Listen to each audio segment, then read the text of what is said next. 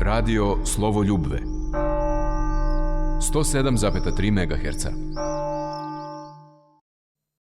U Velikom postu posebno postajemo svesni reči, i one koju izgovaramo i one koju slušamo, a nedelja Svete Marije Egipćanke nas podsjeća da se najdublja promena dešava u tišini, u pokajanju, a upravo o tome slušamo i kroz himnografiju ove nedelje. Kako danas govoriti o takvom iskustvu, a biti razumljiv i istinit? O tom odnosu jezika, besedništva i velikoposnog iskustva razgovaramo s našim gostom, profesorom srpskog jezika i omilitike u Bogosloviji Svetog Save, đakonom Veroljubom Sandom. Pomaže Bog, dobro nam došli. Bog vam pomogao, bolje vas našao, zdravlje vas nalazi svaki put. Pomaže Bog i od mene, to drago nam je da ste tu. Za početak, evo moramo da uvedemo i primjerom iz našeg popodnevnog programa. Ana i ja smo pitale naše slušalce šta znaju o tome šta je omilitika. To je jedna disciplina koja čini se da nije možda poznata širom vernom narodu, je li tako? I možda da nas uvedete upravo u tu priču, to je zapravo jedan od kamena temeljaca, jedna izuzetno važna disciplina, je li tako, u besedni, je li da? Pa pored liturgike, kažemo ovako, iz tog nekog sa te akademske tačke gledišta u bogoslovlju, pored liturgike dogmatike, besedništvo, odnosno omilitika, jeste jedna od najbitnijih, tako da kažemo, naučnih disciplina. Omilitika je u stvari praktična bogoslovska nauka koja se bavi izučavanjem, proučavanjem ne samo beseda, već i kako te besede proizneti na pravi način, kako bi one imale svoj pravi efekat, kako bi one uticale na slušaoce i kako bi slušaoci, primajući te besede, počeli da žive upravo po tome što je besednik izgovorio. Naravno, svaka naša nauka potiče od Gospoda Isusa Hrista, tako da i omilitika potiče, odnosno istraživanje, odnosno izučavanje omilitike, upravo se veže za Gospoda Isusa Hrista. Naravno, možemo da pričamo o besedništvu, posebno tamo u antičkom periodu, ali to je nešto što možemo samo da kažemo jeste, to je jedan segment izučavanja kojim se bavi omilitika. Prosto ta hrišćanska beseda, ona koristi alat, tako da kažem, antičke filozofije, odnosno antičke retorike, tako da imamo to, da kažem, to bi bilo besedništvo, crkveno besedništvo, nauka crkveno besedništvo, to bi bilo onako najlakše i najpreciznije rečeno šta je omilitika.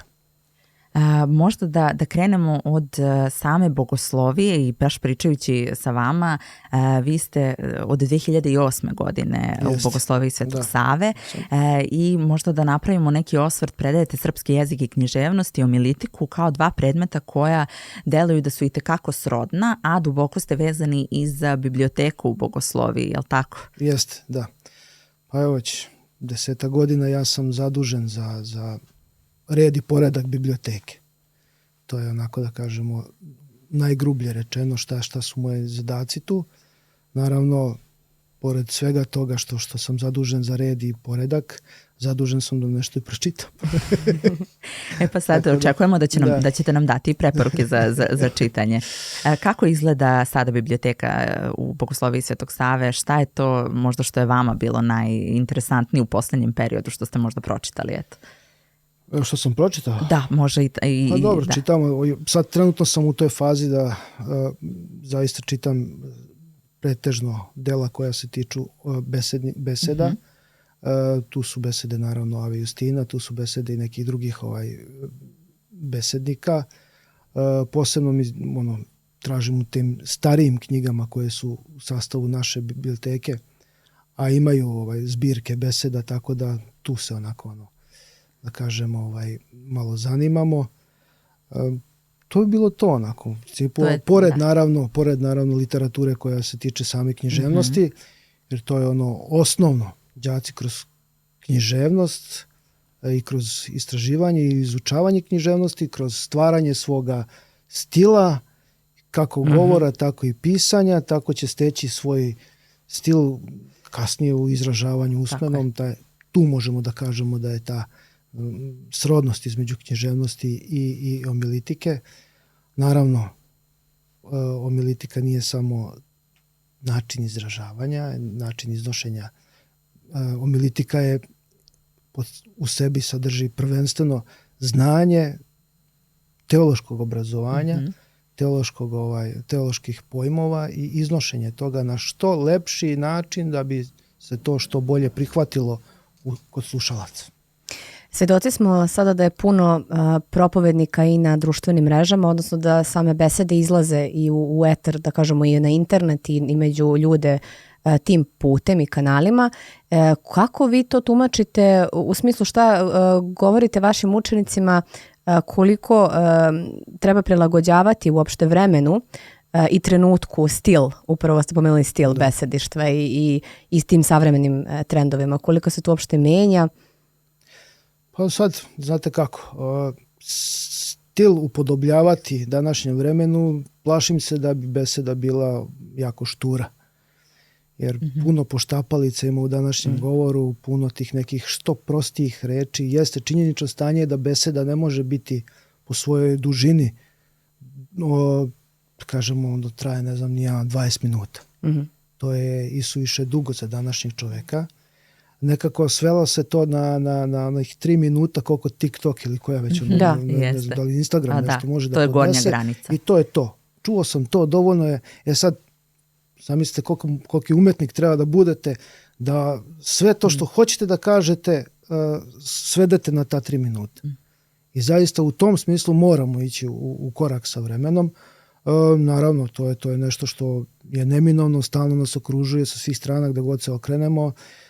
Ako mi ne budemo bili u korak, ako ne budemo išli u korak sa vremenom i ukoliko ne budemo mi išli u trendu sa tim, neko će da nas preskoči i prosto u takvom svetu se nalazimo. Uostalom, ne smemo da smetnemo sa uma da imamo 4 knjige beseda štampane o Ave Justina i te 4 knjige beseda nijedna nije plod da je on seo, uzeo olovku i papir i napisao besedu pa je onda proizneo, nego prosto imamo svedočanstvo da su te besede izgovorene u manastiru dok je on na liturgiji propovedao, a da su monahinje sestrinstvo je snimalo na te gramofonske ploče, odnosno nije ploče nego te trake koje su bile sastavni deo, odnosno i onda kasnije su vremenom one to zapisivale, verovatno je on to redigovao, čitao, verovatno je on to, ali ne verujem da je sve. Jer ako ćemo iskreno, tu ima sigurno preko 500 beseda njegovih. Tako da... Sad, volio bih da se zadržimo upravo na tim besedama Ave Justina, koje su teme tih beseda i da li ima neka koja bi nam pomogla u ovom postnom periodu sa svojim poukama da se nađemo. Čini mi se da je Ava je sve svoje besede nekako mogao da svede na Veliki post. Sve njegove besede imaju nekako otvaranje tog pojma o grehu čovekovom. A opet Veliki post jeste vreme kada mi, što kaže, čeprkamo po svojoj savesti i kada preispitujemo sebe i svoja dela, svoje misli, svoje odnose prema samome Bogu, prema samome sebi, prema bližnjima. Tako da kod Ave Justina maltene u svakoj besedi, nije maltene nego siguran sam u svakoj besedi, pominje greh, pominje neprijatelja čoveka, pominje borbu protiv tog neprijatelja čoveka, pominje borbu protiv greha, a to nam upravo pruža Veliki post, posebno sad ova nedelja je jako zanimljivo da kanon Andreja Kritskog koji je onako baš nekako inspiracija i za njega. Tako da Ava Justin Popović, on je, što se tiče, čini mi se, ove nedelje, on ima svega 2 besede. Ali te 2 besede onako i ne govore mnogo o tom našem, da kažemo, samoj nedelji, nego na prvom mjestu on tu govori o podvizima Marije Egipćanke, koja je, možemo kasnije da razgovaramo i o tome, koja je primjer pokajanja u stvari. I on sa svojim tim nekim izrazima, da kaže, ne znam, greh poredi sa katranom. Mislite vi to, čitate onako, samo ta pomisao, taj katran, to crnilo. I kaže, duša naša je kao, crna kao katran od greha naših. I to prosto tera nas na razmišljanje. I naravno, svaka Avina beseda na kraju ima neku pouku, a ta pouka opet veže se samo za Hrista, veže se samo za pričešće, za jedini lek u ovome svetu, za jedini lek spasenja, upravo to. Tako da je, pored svih tih beseda koje kažemo, ima posebno, znači to izdanje jedno koje je vezano za nedelje Vaskršnjeg posta. To su pashalne besede i upravo tu možemo da tražimo kako ide koja nedelja, tako možemo i da izučavamo Veliki post. Pojedinačno, po svakom koraku. Sad zavisi i od vremena i on ima tu beseda koje je pisao, 50. godina, pa vezano 2-3 besede u jednom nizu, godinu za godinom, i onda tačno ima jedan preskok pojedinih beseda, neki 10 godina kasnije, gde se vidi da je on totalno nekako, nije totalno drugačije, nego kao da je usavršio svoje razmišljanje na tu temu. Jer one prve besede, godinu za godinom, pa negde se nađe da se ponavljao. Ali čim je napravio jednu pauzu, onako jednog vremena, tačno se vidi da je onako zreo čovek koji još zreliji i onako nama tu svoju zrelost pruža i daje nam da živimo i da uživamo u toj zrelosti njegovoj. Tako da, fantastično. Jel ima, to je da kažemo jedan od najsvetlijih primjera, ali moramo da vas pitamo i za neke primjere koji su naravno i vama, ali i učenicima bogoslovije zanimljivi. Da li oni kažu za koje primjere se oni vezuju, za koje ličnosti možda kada govorimo o besedništvu, na koga se oslanjaju? Verujem da eto i danas smo mi svedoci, ali tako, sjajnih besednika koji, eto, Bogu hvala, mogu da se čuju kako i na našem radiju, tako i na brojnim događajima, gde su ljudi zaista su željni i zaista vidi se da ljudi to gledaju, prate i vole da čuju reč duhovnika. Šta je to što njih možda najviše privlači kod besednika? Koje su možda te odlike koje, pa kasnije verovatno i kroz te primere i razgovarate sa njima? Imamo mnogo primjera da imamo, obično trenutno sada, ovako da kažemo, najviše beseda koje oni mogu da čuju jesu besede upravo putem radija Slovo Ljubve, jer tu vi prenosite skoro sve besede koje episkopi izgovaraju na bogosluženjima i fokusirani su na to, fokusirani su na te reči njihove. Naravno, ima tu kritičkog posmatranja, da li je ovo i suviše rečen, da li je previše ovo, da li je ovdje prekratko. Imamo čak neke primjere gde smo pojedine episkope koji su sa zapada, oni su doneli taj neki način, drugačiji način besedništva, što je bilo jako zanimljivo. Ne znam da li smem da govorim o imenima, ali vladika Irinej Dobrijević, on je, kad je bio ovde, on je bio jako zanimljiv sa svojim načinom besede. Krene pa krene se šeta po soleju, onako da kažem, nekako totalno šok kod ljudi. Sad koliko je ta beseda efektna, ali svakako da kad kaže ko je besed, pa onaj što se šeta. Ljudi znaju o kome se priča. Tako da nekako čini mi se da i ljudi vežu neke specifičnosti pojedinih ljudi iz njihovog privatnog života ili iz njihovog života ovako uopšte, i kad kaže ko je taj, aha, to je taj. I onda imaju tu neku, da kažemo, asocijaciju i onda nekako dovoljno je jedna ili dve besede koja kod njih privuče pažnju, oni nastavljaju da ga slušaju. Tako da ima mnogo episkopa mladih ovdje kod nas koji su aktuelni po pitanju i dužine besede i po pitanju samih tema. Tako da đaci veoma rado vole da slušaju te besede i da ih komentarišu. Ne stide se oni da komentarišu. Ja sam, pre nego što ćemo početi sa razgovor, ja sam rekao da imam osjećaj da naši đaci profesorima veruju šta god da kažemo. Što nije slučaj sa svetovnim školama. Imao sam tu priliku da predajem i u gimnaziji i nekako kad god uđem u učionicu imao sam osjećaj da đaci, stalno sam bio u nekom testiranju. profesor iz filozofije rekao je to i to. Šta vi mislite o tome?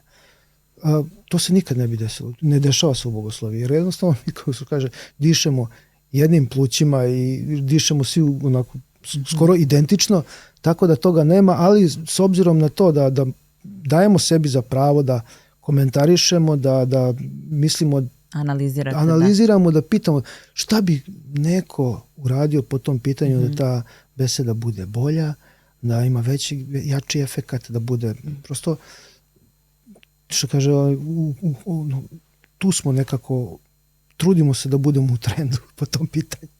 To nam je drago i mislim svakako da je to važno i za našu crkvu. Da li se prepoznaje već dobar besednik u bogosloviji ili na tome radi pa neko iznenadi? Prva lekcija iz homilitike, odnosno iz retorike, kako kažu.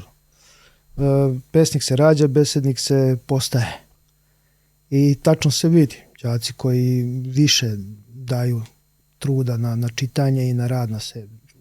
To vidi se.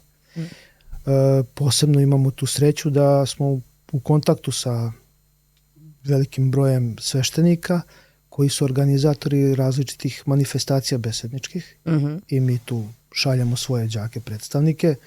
Evo već, ne mogu sad tačno se setim koliko godina smo saradnici sa crkvenom opštinom u Smederevu, gde šaljemo 2 učenika, pa smo onda otac Vlada Zamahajev, on je već ono što kaže veteran u tome ovde u našoj eparhiji, tako da i tu i sa njim tu imamo poprilično, jako nije poprilično, veoma dobru saradnju imamo, gde prosto mi tu, da kažem, guramo učenike u vatru da bi sutra bili zaista dobri besednici. Naravno, postojalo i ranije je bilo nekih tih manifestacija, sad nekako čini mi se da ih ima sve manje, ne znam šta je razlog. O nekim manifestacijama ne znam i da li postoje više. Sećam se da je bila neka Sirmium Lux Verbi, to je u Sremskoj Mitrovici bilo, da je poprilično veliki broj bogoslova učestvovao na tim manifestacijama, što iz bogoslovije u Sremskim Karlovcima, što beogradske bogoslovije, što studenata fakulteta, tako da mogu slobodno da kažem da se moj sabrat jedan od sveštenika iz hrama u kome sam, on je bio učesnik jednog od tih manifestacija i ta lepota njegove besede se vidi dan danas, prosto totalno je drugačije nekako u odnosu na sve nas koji besedimo u crkvi. Mislim na svoju lokalnu crkvu, ne mislim uopšte ovako. Da, naravno. A verujem da ima i ta spona zanimljiva između, da kažemo sad, tog predmeta homilitike, te veštine i toga, i izuzetno je važno da se to i u tom praktičnom delu kroz upravo takve aktivnosti neguje, a s druge strane i da se osvrnemo naravno na taj predmet srpski jezik i književnost kroz koji smo svi prošli, jel tako, tako je, u 12 godina obrazovanja osnovnog i srednjeg. Pa verujemo da je izuzetno važno da bi neko dobro besedio, da čita, da je što se kaže i u materiji i informisan. Sad moramo da vas pitamo šta su to, koje su možda to neka zanimljiva dela koja privuku đake. Evo imamo ovde jednog izuzetno velikog ljubitelja Njegoša i onda verujem da postoje tu i brojne, šta zapravo mladi bogoslovi čitaju u bogosloviji? A i u biblioteci, šta uzimaju iz biblioteke? Pa obično mi u biblioteci imamo klasike.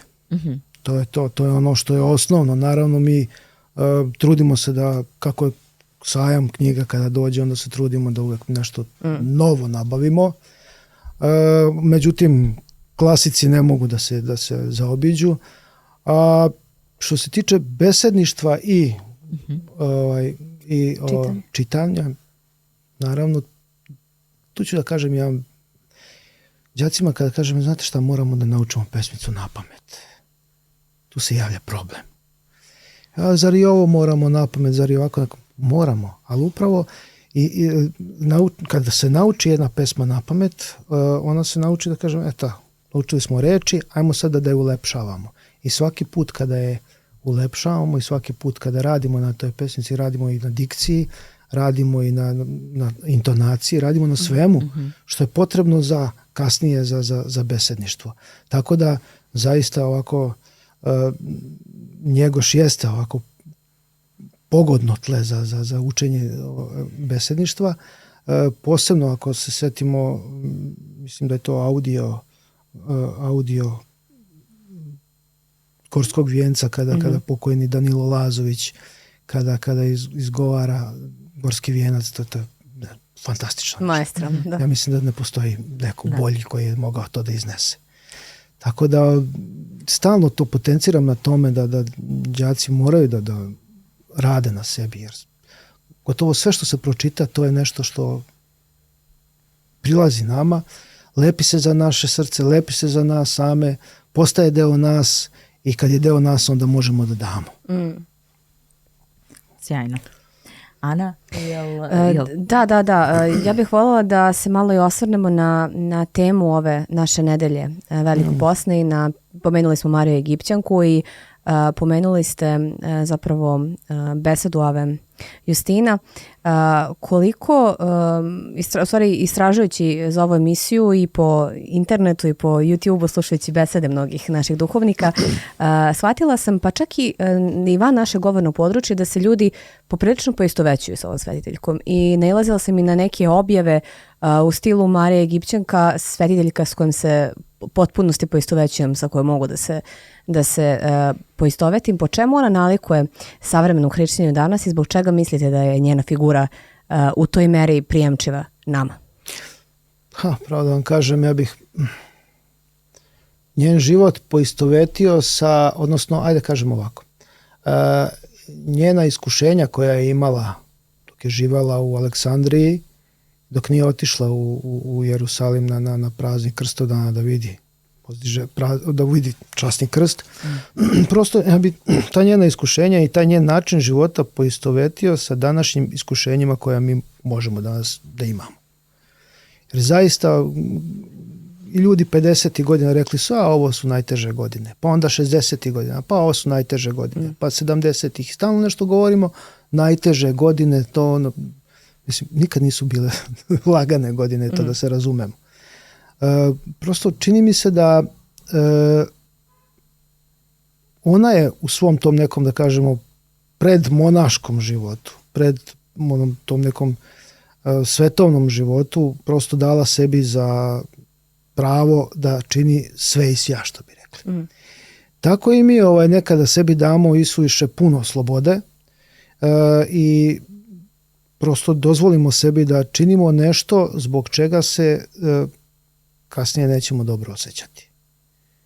I to je upravo to što kažem, mi smo iskoristili smo na jedan pogrešan način našu slobodnu volju. Iskoristili smo na pogrešan način to, odnosno oglušili smo se o poslušanje koje smo dobili od Boga. I prosto ona je upravo taj, da kažemo, ona je upravo iz tog razloga jedan od najvećih primjera poistovećivanja sa današnjim ljudima, sa današnjim grehom. Odnosno, ljudi ne poistovećuju sebe sa njom, nego svoje grehe sa njenim gresima. Jer to je, kako kažem, mi nikada nećemo osuditi čoveka, nego ćemo osuditi greh. I to je ono osnovno što moramo da sa čim trebalo bi da živimo u crkvi, stvari. Jer greh je taj koji je nas odvojio od crkve, od zajednice, od Boga, i mi smo tu pozvani da se u stvari trudimo da se vratimo Bogu, da budemo s njim u zajednici. Rekao sam već, ona je činila svašta. Da. Znači i kad kažemo pa i danas postoji taj greh. Pa postoji taj greh danas i danas veliki broj ljudi traži opravdanje za takav greh. Te kaže, ne znam, neko je naterao, neko je ovo, neko je ono. Ona je to činila iz čistog zadovoljstva. Znači nije radila ni iz koristi materijalne, ne znam. Iz čistog zadovoljstva je radila i eto, iz svog nekog hira došla je iz Aleksandrije u Jerusalim i eto, došla je tu i kad je osjetila taj moment kada je htjela da vidi časni krst, nije uspela u tome i želela je, i koga je našla za posrednika, našla je Presvetu Bogorodicu. I tog trenutka kad je pokazala kao taj pokajani razbojnik, kad je pokazala istinsku tu želju da vidi krst, prosto prišla je, preobratila se preobrazila se, otišla je koliko 40 i koliko 7 godina je provela u pustinji, što kaže Ava Justin, ne videći lice ni životinje ni čoveka. I onda imamo tu priču iz njenog žitija da je starac Zosim koji dolazi, sreće je, da je ona skroz onako od sunca sva izgorela, sva je iscepana, prosto, a opet svojim životom, tolikim dugim životom u pustinji, stekla je tu kako bi to rekao, taj dar prozorljivosti, da je se pokazala tako da moguće da mislim ta želja ljudi da se preobrate, da se preobraze u stvari, da se pokaju kao ona, moguće da je to razlog da kažemo, eto, veliko poistovećivanje. Tako da, ali opet kada pogledamo iz njenog žitija, veliki trud i veliku muku je ona uložila da bi... Pa da, a mi imamo to kao referentnu tačku, ali sada savremeni čovek kada čuje takvu priču, kada čuje da je njeno pokajanje i ona je tačka ka kojoj težimo, a na koji način možemo mi koji smo toliko raslabljeni, živimo u svetu sa svim, da kažemo, privilegijama, pa počevši od tog posta koji sada je između ostalog u 2026. godini mnogo lakše zapostiti nego što je ikada bilo, pa sada i tu moramo da se onako ukalupimo još više, odnosno da se trudimo na koji način da mi kao savremeni ljudi vežbamo to pokajanje, kako da stremimo i kako zapravo da ga osjetimo u srcu, jer pričamo i kroz ovaj post smo pričali i sa profesorima sa bogoslovije, ali i sa sveštenicima, kada pristupamo ispovesti pokajanju. Evo, danas je i četvrtak 5. sedmice kada se čita, pričat ćemo i o tome, o pokajnom kanonu. Na koji način da pristupimo ako možda nismo u mogućnosti da na taj način promenimo svoj životni put, da se odvojimo, kako da negujemo i da to pokajanje zaista osjetimo u srcu. Šta bi mogao svaki hrišćanin da uradi? Pa prosto, kako kaže, imamo tu odgovornost prema samome sebi, odgovornost prema drugima, i bez obzira što sad imamo tu, što ste rekli, sad imamo tu mogućnost, da kažemo, i lakšeg posta i sve nam je dostupno, tako da kažem. Upravo u tom jeste stvar da baš to što nam je sve dostupno, ajde da se malo odreknemo toga. Ja bih rekao, na primjer, kako se na internetu, čini mi se, imaju kao, ovo je challenge. Ajmo, imamo challenge na ovih, 3 dana, 7 dana, 10 dana, neću raditi ovo i ono. Onda ću, ajmo da napravimo challenge tih 7 nedelja, da redigujemo taj naš boravak na internetu. Primjera radi. Da redigujemo nešto u našem životu, nešto bez čega ne možemo, a nije nam toliko potrebno za spasenje. Da sami sebe nekako dovodimo u tu situaciju, da sami sebi određujemo, naravno poznavajući šta je dobro za nas, jer mislim da svi znamo, dovoljno smo ovako zreli da izvagamo šta nam je potrebno za spasenje. Sjetit ću se jednog mog profesora iz bogoslovije koji kad nešto kao mladi dođemo kod njega, ali oče, znate, desilo nam se to i to, a on sam kaže, brate, nije to važno za spasenje. Stane i razmislim, da li je to zaista toliko, da li je to toliko bitno? Upravo to što nije bitno da odvojimo. A šta nam je bitno? Bitno nam je u tom periodu posta da shvatimo u stvari kakvi smo mi prema sebi, drugima i prema Bogu. Da u stvari vidimo tu da li imamo mi elemenata zašta i zbog čega bi trebalo da se pokajemo.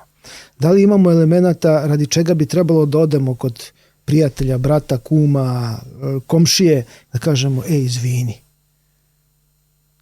Prosto toliko vremena, toliko snage bi trebalo da imamo da prosto shvatimo da nismo jedini na svetu i da prosto treba da tražimo taj poriv u sebi da se pokajemo i verovatno zbog toga kroz garantovano tih 47 godina koliko je provela u pustinji, svakog dana je šta radila? Stalno je plakala.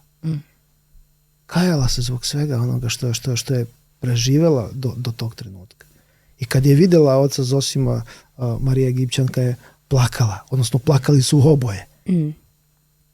Da li su to bile suze radosti ili suze pokajanja, opet nebitno je, ali znači od nas niko ne traži da plačemo. Ne traži, ali prosto ajde mi sami da krenemo da prebiramo po svojoj duši, po svome srcu, po svojim željama, po svojim prohtevima, svemu onome što nam treba, da li nam zaista treba. Ono što imamo, da li nam zaista treba to što imamo. Da stavimo na kantar, da kažemo, ok, mnoge stvari nisu nam potrebne, šta je potrebno? Potrebno je to da živimo u miru, prvenstveno sa sobom, sa bližnjima, sa Bogom, a to možemo samo kroz pokajanje. Šta nam kaže pokajni kanon? Da. To smo htjeli da se... To je još jedno od... Pokajni kanon, to je jedno ogledalo. Ogledalo gde je čovjek mislim, samo kad slušamo to, pokajni kanon Svetog Andreja Kritskog jeste jedan razgovor, sugestivni razgovor samoga čovjeka i preispitivanje sebe. Pogledajte pesme, idu sve u prvom licu jednine. Ja sam kriv, ja sam zgrešio, ja sam ovo. Kako da se opravdam? Onda, što kaže, ima tamo, zaprljao sam lepotu lica svoga. Malo parafraziram sad, ali prosto sve ukazuje na to da, što kaže, zaprljao sam lice svoje. Ako krenemo s teologijom, shvatimo da u stvari mi jesmo od knjige Postanja, mi jesmo satkani po liku i obličju Božijem. I mi smo pozvani istog trenutka da budemo kao i oni. Kao Sveta Trojica, kao Savet Prevečni. Pozvani smo na to i prosto onog trenutka kada smo krenuli da živimo životom Adamovim, kada smo krenuli da živimo životom Kaina, kako kaže pokajni kanon, kad smo krenuli da živimo život taj nedostojan, prosto mi smo ništa drugo ne radimo nego prljamo lik Božji. I jedino rješenje jeste povratak Bogu, jedino rješenje jeste da kažem pokajanje. I pokajni kanon u sebi ima mnoštvo primjera. I sve su to primjeri za nas. Za one koji slušaju, oni koji ga čitaju.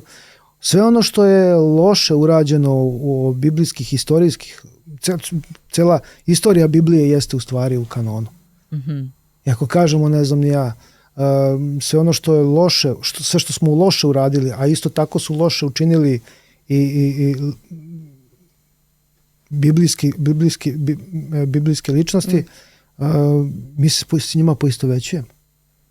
Ne ima jedan deo da kaže učinio sam isti greh, odnosno grešao sam kao i David, samo što nemam snage da se pokajem kao i on. Lepota. Pokazuje u stvari koliko smo mali, a u stvari pozivamo indirektno, a i direktno pozivamo i cara Davida da nam pokaže kako da se pokajemo, a opet bez prihvatanja od strane Boga nama pokajanje nema. I pominjao sam taj greh, to je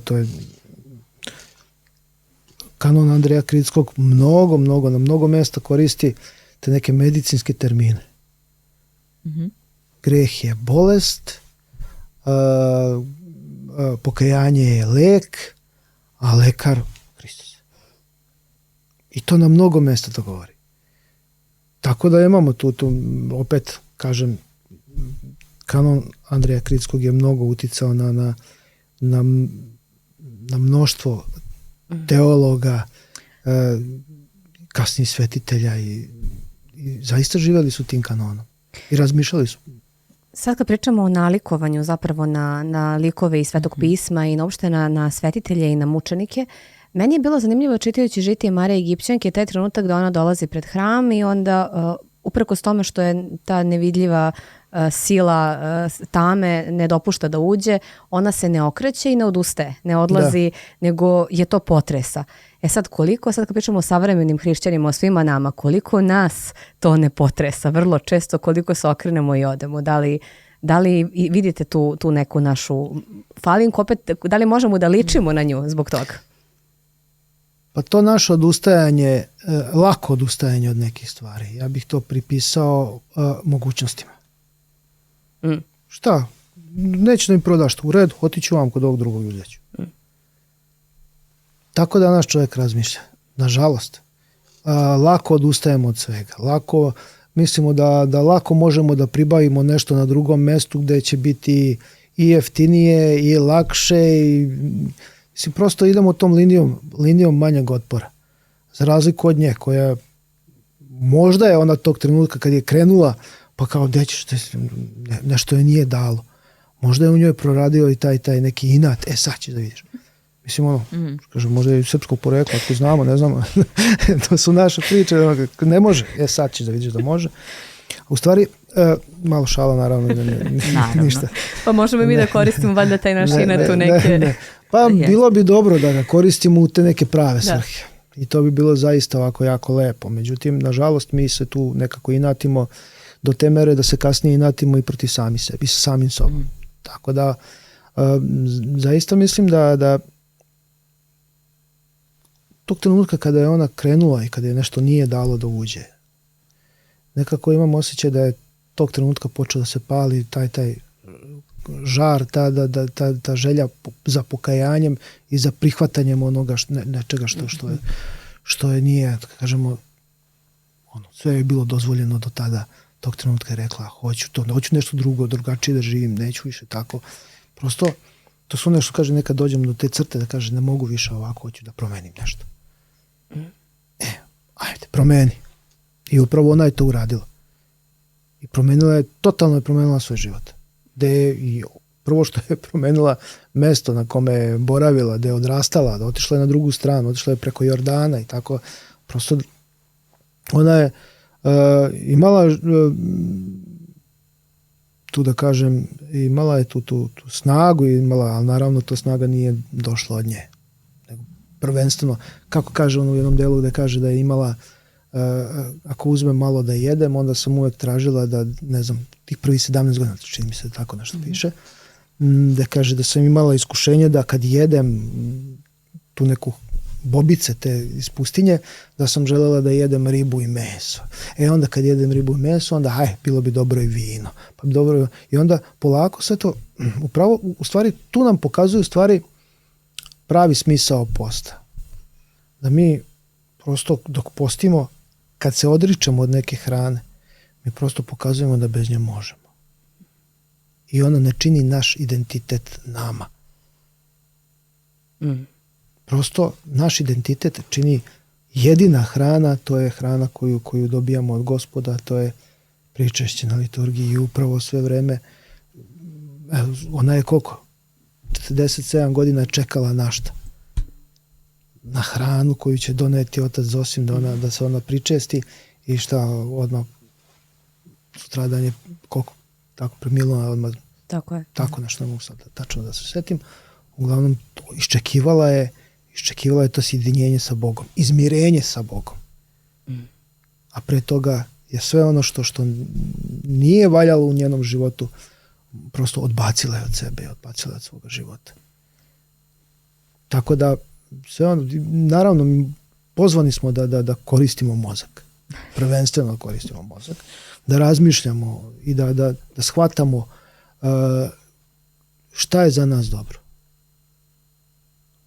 Sad, opet, pozvani smo i na to da koristimo tu našu slobodnu volju. Da istinski slobodnu volju koristimo na dobrobit. A naša dobrobit nije ništa drugo nego da budemo u zajednici sa Bogom, sa bližnjima i naravno, opet ponavljam po ko zna koji put, u miru sa samim sobom. Možda i to jedna od najlepših misli kojima možemo i da zaokružimo razgovor, pošto već smo se približili samom kraju. A ceo naš, zapravo ta priča o pokajanju može i o povratku, i mi smo u razgovoru sa profesorom Jovanom Lazarevićem govorili o priči o bludnom sinu i sva ta naša iskustva koja imamo mogu, na sve to možemo da vidimo i odgovore, da pronađemo i da nađemo sebe u upravo tim evanđelskim pričama. Dakle, da u svakom trenutku možemo da se vratimo Ocu. Pa jeste, to je u principu i u ovom, i u kanonu se isto pominje mnogo puta povratak Ocu i ta paralela sa bludnim sinom. Jer i kažem opet, celo Sveto pismo, sva istorija Svetoga pisma stavljena je u stvari u kontekst kanona Svetoga Andreja Kritskog. Tako da sve te neke, da kažemo, dešavanja iz Svetoga pisma, pa i taj, ne znam, bludni sin, pa čak i ona priča o Zakeju. Šta je Zakej? On je nizak bio, šta? Želeo da vidi Hrista. On je pokazao svoju želju da vidi Hrista. I samim time šta je? Snašao se, popeo se na drvo, video Hrista i to. On je hteo je to da. Zašto? On kad se popeo na drvo i kad ga je Hristos primetio, on je privukao pažnju Božju na sebe. I isto tako imamo i priču tu da ne znam, o fariseju i cariniku, isto tako. Sve su to priče koje nas uvode u post. Sve su to priče koje nam ukazuju na to kako bi trebalo mi da se ponašamo tokom posta i šta bi trebalo da tražimo. Prvo da tražimo kažem Zakeja, da tražimo pažnju Božju, koju imamo, ali opet nije važno. I dete zna da ima pažnju majke, pa opet ipak voli malo da zaplače, onda da znamo kako da se molimo Bogu. Da se ne hvalimo u svojim molitvama, nego da živimo u svom ćošku i da se molimo Bogu samo mi znajući kako. Onda idemo naravno sa ove, kako kažu, kad uđemo već u bludnom sinu, naravno naš osnovni poziv i osnovna ideja tog svetog, odnosno priča o bludnom sinu jeste povratak Ocu, povratak u svoju prirodno stanje. I ne samo naš, nego čitavog sveta. Svi smo mi Božja tvorevina. I naše prirodno stanje će biti onog trenutka kada se sjedinimo sa Bogom i kada budemo s njim. Hvala vam, profesore, na ovim divnim rečima. Ana, ja razmišljam još uvek o ovome što je profesor sada rekao, govoreći o Mariji Egipćanki, zapravo da je njoj prvi put nešto bilo nedozvoljeno. I verovatno da mi svi treba da ne dozvolimo sebi nekad. I prvi put kad nam je nešto uskraćeno, verovatno se tad u toj situaciji rađa shvatanje o tome da smo daleko od Gospoda i da zapravo treba, da je ono jedino što nam je uskraćeno tad blizina Gospodnja, tim našim delovanjem. Čini mi se nekako da imaju i u svemu nekako taj prvi put pamtimo. Nešto što nam se desi prvi put. Pa nekako ga nešto prihvatimo tragično, nešto prihvatimo sa velikom srećom. Ali nešto što se stalno ponavlja, primjer radi, meni je sasvim normalno da ja ujutru ustanem, da se spremim, da imam taj neki svoj, nazovimo, ritual. I kada uđem u školu, došao sam među svoje. A sećam se prvog puta kada sam došao u Bogosloviju. Sećam se kao sada, sećam se kako sam ušao na vrata, kako sam bio onako, i kako je vreme proticalo, kako je to postalo sastavni deo mene. Tako isto je i Marija Egipćanka dok je živela u tim nekim svojim životom, to je postalo sastavni deo njenog života, njenog identiteta. Po tome kad kaže kako je, pa ja se poistovećujem sa tim što jesam. Tako isto i tih 17 godina pa 47 godina njenog života u pustinji stvorio je neki totalno drugačiji identitet, ali trebalo je da postoji ta neka iskra koja će da zapali šibicu. Da nam nije sve dozvoljeno. Da i taj život u obilju u stvari da nas guši duhovno. I on je težak. Treba i to podneti. Sjajne su poruke i pouke ove nedelje i hvala vam što ste govorili za naše gledaoce i slušaoce. Mislim da je jako važno da smo današnji razgovor posvetili i toj temi, a naravno i bogoslovi i vašim predmetima, ali nekako čini se kao da je sve bilo jako dobro prožeto i da zapravo su sve ove teme jedna tema, zar ne? To je život. Jeste. Hvala vam još jednom. Hvala na pozivu. Poštovani slušalci, sa nama je bio profesor srpskog jezika i homiletike u bogosloviji Svetog Save, đakon Veroljub Sando, a vi ostanite uz radio Slovo Ljubve i u narednim satima i danima. Pratimo i pravimo lepe emisije za predstojeći praznik, tako da budite uz i sajt i frekvenciju 107,3, ali i uz YouTube kanal Radija Slovo Ljubve. Svako dobro. Radio Slovo Ljubve 107,3 MHz.